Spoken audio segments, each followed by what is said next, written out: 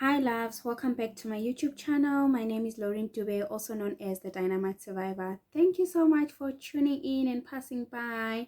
I hope everyone is doing well and I hope everyone is keeping safe. So on today's video, I'm going to be talking about the financial aspect of living abroad. So as you all know, I'm living in the UK, in London.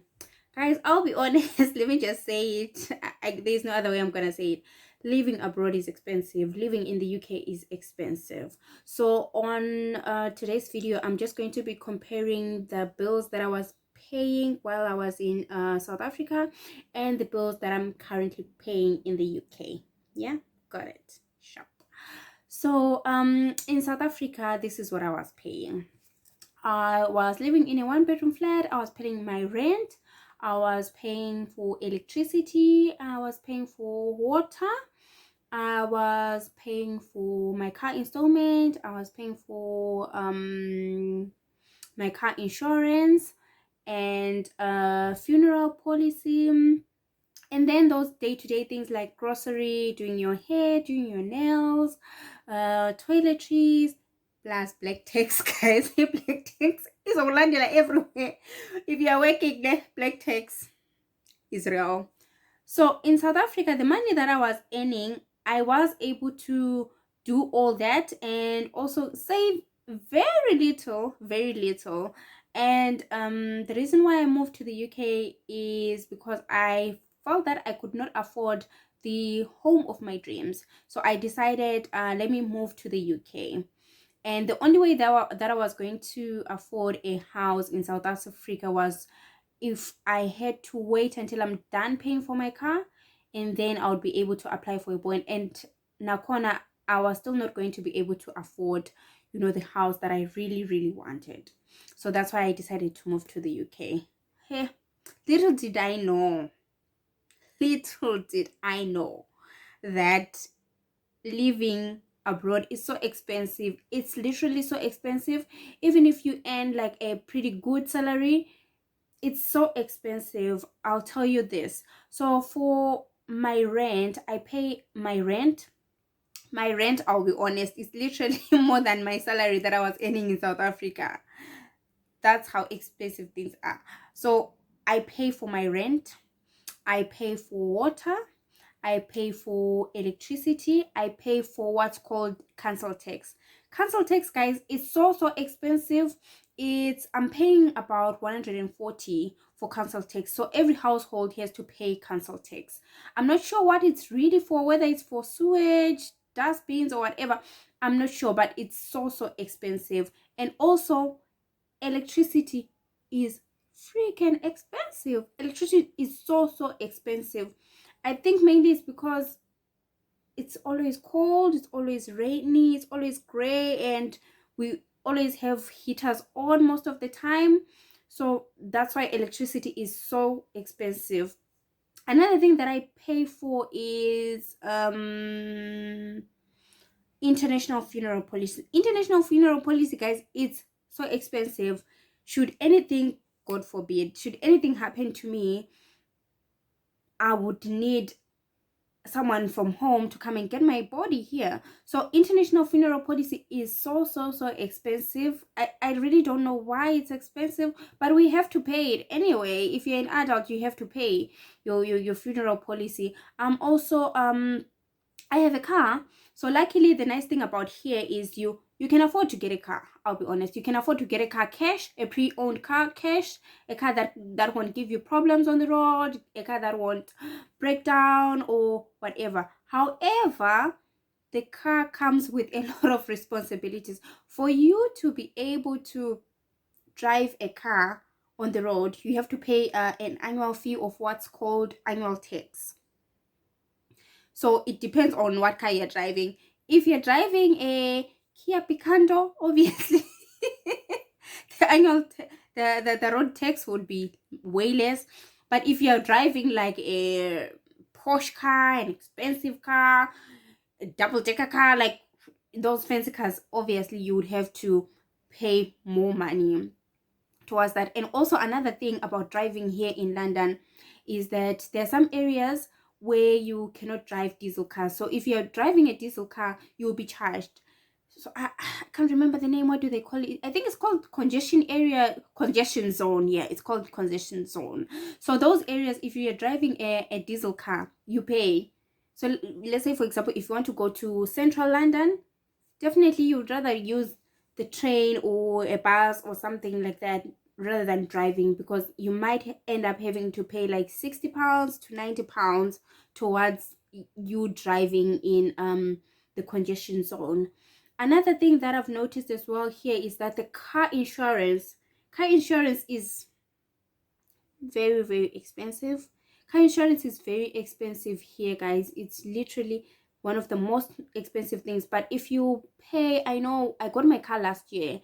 I decided I'm going to pay for a year. It was much cheaper. I think it was cheaper with about 300 to 350 pounds. So if you're paying monthly, it's way more expensive. And on the other side, on the positive side of things, when it comes to food, clothes, those are really quite affordable. Well, when it comes to food, honestly, food is very cheap. Clothes are very cheap. That's the nice thing. But the other expenses for you to keep up with your life, it's so expensive. Another thing, guys, I'm sure you've seen that in most of my videos. I actually rock my natural hair. Why? Because it's expensive to do hair. It's so expensive. Like if you want to do braids, you can pay around 80 to 120 pounds. That's a lot. That's literally a lot of money. When you convert it to rands, Mina, I'm that girl. I convert everything to rands, and I ask myself, is it worth it? If I'm going to be doing braids for 2,000 pounds, for 2,000 rands, if I convert the money from rands, from pounds to rands, it's a lot of money. And you know, most of us, we came here to make money and save money. So if you're going to be spending so much money, let me rather rock my natural hair. I've even learned how to do my own nails. That's how much expensive those things are. If you want to do like these fancy nails with nail art and all that, you pay around 45 pounds. So imagine if you want to do like, you want to do your hair, you want to do your nails, you want to do your brows, and you still need to buy makeup. Makeup is expensive. Makeup is expensive. Makeup is expensive. If you want to buy like your foundation, your blush, your eyeshadow palettes, your what, it's expensive. So the only things that are really cheap and affordable here, it would be food and clothes for me. Those are the things that are quite cheap and affordable. But the rest of the things no, we pay a lot. We really pay a lot. So it's not all rosy. But also on the other hand, I always say, you know what, even though, you know, the major bills are quite expensive, I'm grateful for being here. I can afford a lot. Even after paying all that, I can still send money home, attend to black tax issues. I'm still able to save a lot of money that I was not even earning in South Africa. So if you if you know someone who's abroad, take it easy now. When you want to ask for money, take it easy. Take it easy, my brother. Take it easy, my sister. Because bills are expensive. Bills are so expensive, guys. So I just wanted to let you in on the secret that things are expensive here. Don't see me looking all nice with my makeup. Can you see what I bit my face, Kanjan? I pay for this. I pay a lot of for this. So yeah, that's how expensive things are. And also another thing that I always say is, when you're abroad, you always need to have like a savings account, an emergency account. If let's say there's something that happens at home and you need to send a lump sum amount of money, or you need to travel without any planning. So for me, what I decided was that in order for me to have like enough money for flights, enough money to buy a few things for people if I have to go home for an emergency, and also money to spend when I go home, I need to have at least 3,000 pounds to 3,500 pounds. So in rands, that would be 60 to 70,000 rands, in order for me to say, you know what, I'm going to go home for like 3 weeks and I'm able to cover whatever needs to be covered at home, and I'm still comfortable. Yes, I've traveled because of an emergency, but I'm still comfortable and I'm able to do some things like meeting with family, meeting with friends, meeting with relatives and all that. So yeah, guys, thank you so much for tuning in, and please let me know down below whether I'm just a cheapskate. But in general, I know I'm one of those people who finds it very difficult to spend money. I find it really so hard to spend money. I would rather have, you know, thousands and thousands of pounds in my account than me having to splash money around and all that.